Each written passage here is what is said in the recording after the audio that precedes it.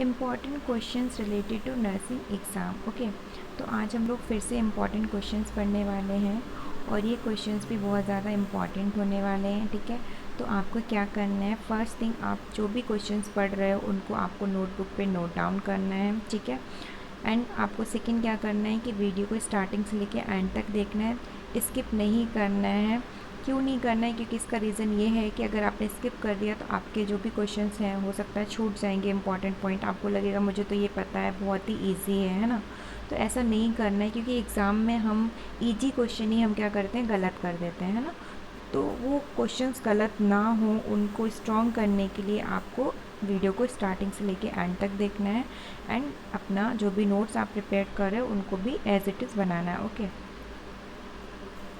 First question, pulmonary function test is the confirmatory diagnosis for. ठीक है, तो first तो पल्मोनरी फंक्शन टेस्ट को हम PFT, ओके, PFT भी बोलते हैं शॉर्ट में। ठीक है, तो जो PFT है, पल्मोनरी फंक्शन टेस्ट, किसका कंफर्मेटरी डायग्नोसिस होता है, ठीक है, किसके लिए हम करते हैं, तो COPD के लिए करते हैं। ठीक है, तो अभी आपके माइंड में चल रहा होगा कि COPD का फुल फॉर्म क्या होता है। ठीक है, तो इसका फुल फॉर्म होता है क्रॉनिक ऑब्स्ट्रक्टिव पल्मोनरी डिजीज़। ठीक है, तो कभी कभी COPD का फुल फॉर्म भी पूछ लेते हैं। ठीक है, तो आपको अच्छे से याद रखना है। Next question most important question है, बहुत बार एग्जाम में आया है। ठीक है, एपिस्टैक्सिस मीन्स, ठीक है, तो सिंपल सा आपको याद रखना है, ब्लीडिंग फ्रॉम नोज। ठीक है, बहुत बार एग्जाम में आया ये क्वेश्चन। ठीक है, next, most common hospital acquired infection is. ठीक है, तो जो हॉस्पिटल एक्वायर्ड इन्फेक्शन होता है, मीन्स जो हॉस्पिटल से इन्फेक्शन होता है, वो सबसे ज़्यादा मतलब मोस्ट कॉमन कौन सा इन्फेक्शन होता है, तो आपका आंसर क्या होगा, UTI। ठीक है, UTI का फुल फॉर्म क्या होता है, यूरिनरी ट्रैक्ट इन्फेक्शन। ओके, तो ये क्या है, most common hospital acquired infection है। ठीक है, ये भी एग्ज़ाम में बहुत बार आता है। Next, pleural effusion. ठीक है, प्लूरल इफ्यूज़न क्या होता है, तो सिंपल सा वन लाइन में याद रखना है आपको, accumulation of fluid in plural space. ठीक है, यहाँ पे क्या होता है, जो प्लूरल स्पेस होता है उसमें क्या होता है, फ्लूइड का एक्यूमुलेशन हो जाना। ठीक है, तो उसको हम क्या बोलते हैं, pleural effusion. Okay, next, increased RBC count is. ठीक है, अगर RBC का काउंट जो है बढ़ गया है तो उस टर्म उसको हम क्या बोलेंगे, तो उसको हम पॉलीसाइथीमिया बोलते हैं। ठीक है, नेक्स्ट मोस्ट इम्पॉर्टेंट क्वेश्चन है, Negri bodies are found in, तो किस केस में देखने को मिलती है, तो रेबीज़ के केस में देखने को मिलती है नेगरी बॉडीज़। ओके, तो ये इंपॉर्टेंट क्वेश्चन है, स्टार बना लेना। नेक्स्ट मोस्ट इम्पॉर्टेंट क्वेश्चन है, इस क्वेश्चन से रिलेटेड एग्ज़ाम में हर बार एग्ज़ाम में क्वेश्चंस आते ही हैं। ठीक है, तो इसमें मैंने बताया कि fluid stages of psychosexual development. पहले तो यहाँ पे फर्स्ट क्वेश्चन ये बनेगा कि साइकोसेक्सुअल डेवलपमेंट की जो स्टेजेस हैं वो किसने दी हैं। ठीक है, तो साइकोसेक्सुअल डेवलपमेंट जो है वो किसने दिया था, सिग्मोइड फ्रूड ने दिया था। ठीक है, फर्स्ट क्वेश्चन। ठीक है, एंड सेकेंड, इनकी जो स्टेजेस हैं, ठीक है, जो आप देख रहे होंगे 1 2 3 4 एंड 5। ठीक है, तो 5 स्टेजेस हैं साइकोसेक्सुअल डेवलपमेंट की। ठीक है, तो फर्स्ट जो ऐसे पूछते हैं एग्ज़ाम में कि थर्ड कौन सी स्टेज है ना, या फिर फोर्थ कौन सी स्टेज है, ऐसे भी पूछ लेते हैं। नेक्स्ट कैसे पूछते हैं कि जो थर्ड स्टेज है फैलिक स्टेज, वो कब से कब तक होती है ना, तो एज भी पूछ लेते हैं कब से कब तक होती है। तो इसमें 3 तरह से क्वेश्चंस पूछ सकते हैं आपसे, तो आपको इन तीनों ही तरीक़ों को अच्छे से याद करना है। ठीक है, तो फर्स्ट क्या याद करना है आपको कि साइकोसेक्सुअल डेवलपमेंट थ्योरी किसने दी थी, तो सिग्मोइड फ्रूड ने दी थी।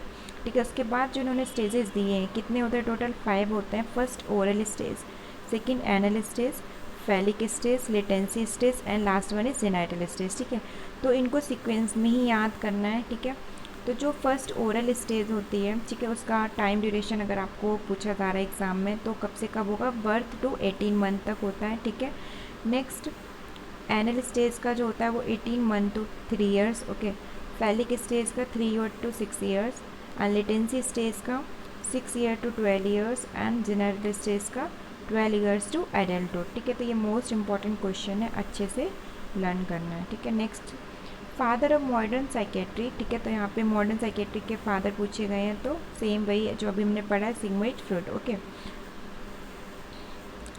उसके बाद next, Marfan syndrome is disorder of. ठीक है, तो यहाँ पे मार्फन सिंड्रोम जो होता है वो किसका डिसऑर्डर होता है, तो आपका आंसर क्या होगा, कनेक्टिव टिश्यू का डिसऑर्डर होता है। ओके, तो ये भी इम्पॉर्टेंट क्वेश्चन है, अच्छे से इसे लर्न करना है। ठीक है, स्टार बना लेना। एग्ज़ाम में कई बार आया, ये भी बहुत बार आया है, ठीक है।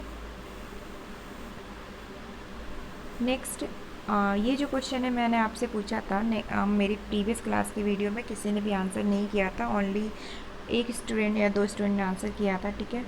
तो most abundant tissue in human body, ठीक है। तो यहाँ पे मोस्ट अबेंडेंट टिश्यू पूछा गया ह्यूमन बॉडी में। अगर आपसे ये क्वेश्चन पूछा जाता है तो इसका आंसर क्या होगा? कनेक्टिव टिश्यू, ठीक है। तो कनेक्टिव टिश्यू जो होता है वो सबसे ज़्यादा हमारी बॉडी में पाया जाता है, मोस्ट अबेंडेंट, ठीक है। नेक्स्ट मोस्ट इम्पॉर्टेंट क्वेश्चन है पैराइटल सेल्स सिक्रीट, ठीक है। तो जो पैराइटल सेल्स होती हैं वो क्या सिक्रीट करती हैं, ठीक है। तो पैराइटल सेल्स आपको याद रखना है HCL and intrinsic factor secrete करते हैं, ठीक है। मोस्ट इंपॉर्टेंट पहले तो क्या क्या सिक्रीट करते हैं? HCL and intrinsic factor, okay. Next important question यहाँ से ये बनता है कि जो इंट्रिंसिक फैक्टर होता है, ठीक है, इसका फंक्शन क्या है? तो जो इंट्रिंसिक फैक्टर होता है इनका फंक्शन क्या होता है? It is essential for the absorption of vitamin B12, ठीक है। तो ये विटामिन B12 के एब्जॉर्प्शन के लिए ज़रूरी होते हैं। कौन? इंट्रिंसिक फैक्टर, ठीक है। अगर ये एब्सेंट है तो किसका एब्जॉर्प्शन नहीं होगा? विटामिन B12 का एब्जॉर्प्शन नहीं होगा, जिसकी वजह से क्या होगा? एनीमिया हो सकता है, ठीक है। तो कौन सा एनीमिया कॉज होता है? परनीसियस एनीमिया कॉज होता है। नेक्स्ट क्वेश्चन में हम देखेंगे, ठीक है। तो यहाँ पे मैंने बताया कि deficiency of vitamin B12 result in, ठीक है। अगर B12 की डेफिशिएंसी होगी तो क्या हो सकता है? परनीसियस एनीमिया हो सकता है, ठीक है। तो क्यों हो सकती है डेफिशिएंसी? क्योंकि अगर इसका एब्जॉर्प्शन ही ना हो, है ना। एब्जॉर्प्शन कब नहीं होगा? जब इंट्रिंसिक फैक्टर प्रेजेंट नहीं होगा, ठीक है। तो आपको याद रखना है कि इंट्रिंसिक फैक्टर जो है वो कहाँ से सिक्रीट होता है? तो आपको याद रखना है पैराइटल सेल से सिक्रीट होता है, ठीक है। उसके बाद आपको क्या याद रखना है कि इंट्रिंसिक फैक्टर का फंक्शन क्या होता है? तो ये क्या कराते हैं? विटामिन B12 का एब्जॉर्प्शन कराते हैं, ठीक है। नेक्स्ट डेफिशिएंसी ऑफ, सॉरी ये हो गया है, ठीक है। Next question, chief cell secrete, ठीक है। तो जो चीफ सेल्स होती हैं ये क्या सिक्रीट करती हैं? तो ये पेप्सिनोजेन सिक्रीट करती हैं। मोस्ट इंपॉर्टेंट क्वेश्चन है, ये सारे स्टार बना लेना है, ठीक है। तो सिंपल सा आपको याद रखना है कि चीफ सेल सिक्रीट क्या करती हैं? तो पेप्सिनोजेन सिक्रीट करती हैं। नेक्स्ट डिस्फेजिया मीन्स, ठीक है। ये भी बहुत बार एग्जाम में आया और बहुत ही ज़्यादा कन्फ्यूजिंग क्वेश्चन होता है, ठीक है। तो आपको सिंपली क्या याद रखना है? डिस्फेजिया मीन्स क्या होता है? डिफ़िकल्टी इन सॉलोइंग, ठीक है। और उसके बाद नेक्स्ट है ऑर्डिनोफेजिया, ये भी एग्जाम में बहुत बार आया है, ठीक है। तो ऑर्डिनोफेजिया मीन्स क्या होता है? Painful सॉलोइंग, okay. तो यहाँ पे कंफ्यूज नहीं होना है। अगर डिस्फेजिया पूछा गया तो डी फॉर डिफ़िकल्टी, ठीक है, डिफ़िकल्टी इन सॉलोइंग। एंड ऑर्डिनोफेजिया पूछा गया तो painful सॉलोइंग, okay. Next dyspepsia means, ठीक है। तो यहाँ पे डिस्पेप्सिया पूछा गया है तो डिस्पेप्सिया मीन्स क्या होता है? इंडाइजेशन, ठीक है। नेक्स्ट मोस्ट रिपीटेड क्वेश्चन है, ये बहुत बार एग्जाम में आया है। Peptic ulcer in more commonly seen in, ठीक है। तो जो पैप्टिक अल्सर है वो कहाँ देखने को मिलते हैं सबसे ज़्यादा? तो ड्यूडिनम पार्ट में, ठीक है। तो आपको याद ही होगा ड्यूडिनम पार्ट जो ये क्या किसका पार्ट है? लार्ज इंटेस्टाइन का या स्मॉल इंटेस्टाइन का? तो आपको याद रखना है किसका पार्ट है? स्मॉल इंटेस्टाइन का, ठीक है। तो आपको यहाँ पे याद होना चाहिए कि स्मॉल इंटेस्टाइन के कितने पार्ट होते हैं? 3 पार्ट्स होते हैं, ठीक है। सीक्वेंस याद करने का तरीका है DJI, ठीक है, DJI। तो D for duodenum, jejunum and ileum, ठीक है। तो ये भी क्वेश्चन आ जाता है कि स्मॉल इंटेस्टाइन के कितने पार्ट होते हैं, है ना। तो यहाँ पे आपको याद रखना है DJI ये क्या है? स्मॉल इंटेस्टाइन के पार्ट है, ठीक है। और यहाँ पे जो क्वेश्चन हमने पढ़ा था इसमें क्या पूछा गया था कि जो पैप्टिक अल्सर है वो कहाँ पे पाए जाते हैं? तो ड्यूडिनम में सबसे ज़्यादा देखने को मिलते हैं, ठीक है। तो ये अच्छे से लर्न करना है। Next dumping syndrome is the complication of, ठीक है। तो जो डंपिंग सिंड्रोम होता है ये किसका कॉम्प्लिकेशन होता है?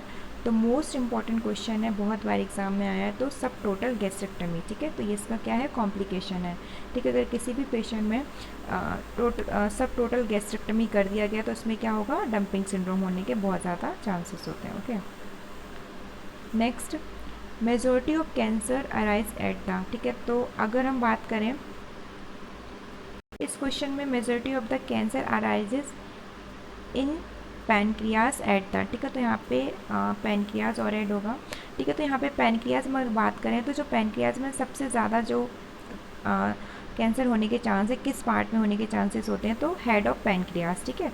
तो आपको अच्छे से याद रखना है किस पार्ट में होने के चांसेस है? हेड ऑफ पैनक्रियाज, क्योंकि कभी कभी हमें टेल याद आ जाता है पैनक्रियाज, क्योंकि टेल में तो नहीं होगा, है ना। बट ऐसा नहीं है, किस पार्ट में होंगे? तो हेड ऑफ पैनक्रियाज में होने के ज़्यादा चांसेस होते हैं, okay.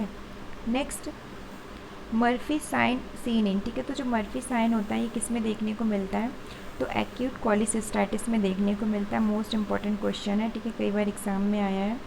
Okay, next glossitis means, ठीक है।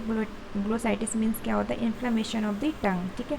जो अभी हम क्वेश्चन पढ़ने वाले हैं ये बहुत ही ज़्यादा कन्फ्यूजिंग क्वेश्चन है, ठीक है, तो इन्हें अच्छे से देखना है। ग्लोसाइटिस मीन्स क्या होता है, inflammation of the tongue. Okay, उसके बाद नेक्स्ट क्वेश्चन है स्टोमेटाइटिस मीन्स, ठीक है। तो स्टोमेटाइटिस मीन्स क्या होता है, inflammation of the mouth. Okay, next, तो यहाँ पे कंफ्यूज नहीं होना है कि स्टोमेटाइटिस मीन्स माउथ में इन्फ्लेमेशन हो जाना एंड ग्लोसाइटिस मीन्स टंग में इन्फ्लेमेशन हो जाना, ठीक है। तो इनको अच्छे से लर्न करना है। नेक्स्ट, हेमाटोमेसिस मीन्स, ठीक है, वॉमिटिंग इन ब्लड। ओके,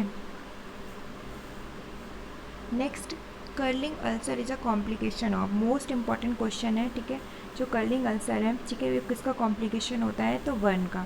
जो भी वर्न पेशेंट होते हैं उनमें कौन सा अल्सर देखने को मिलता है, तो कर्लिंग अल्सर देखने को मिलता है। कई बार एग्जाम में आया है क्वेश्चन, ठीक है। Next, iron absorption occurs in, ठीक है। तो जो आयरन का एब्जॉर्प्शन होता है ये कहाँ पर होता है, तो ड्यूडेनम में होता है, ठीक है।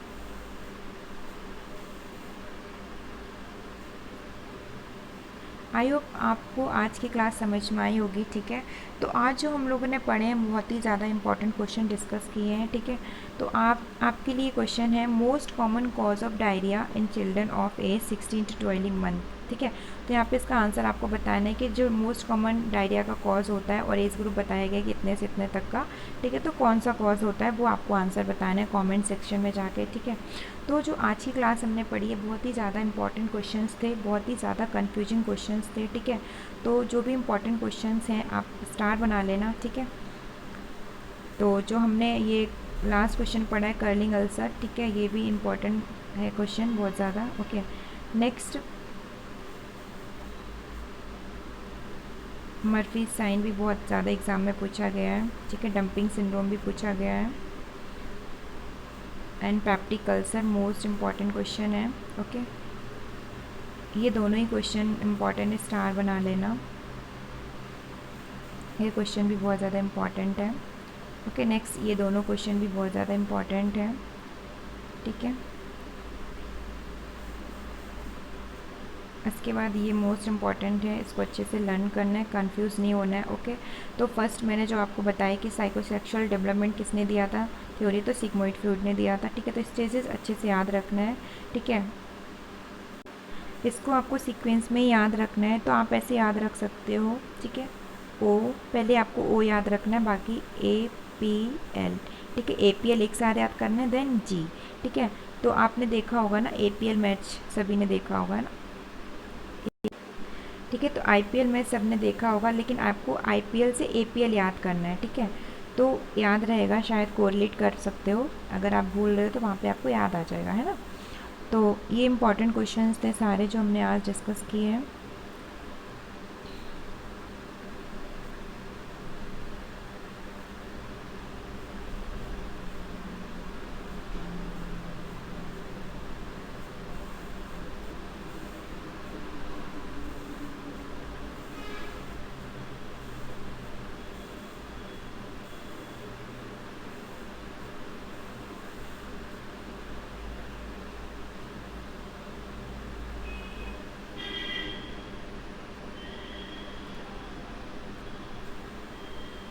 Thank you class.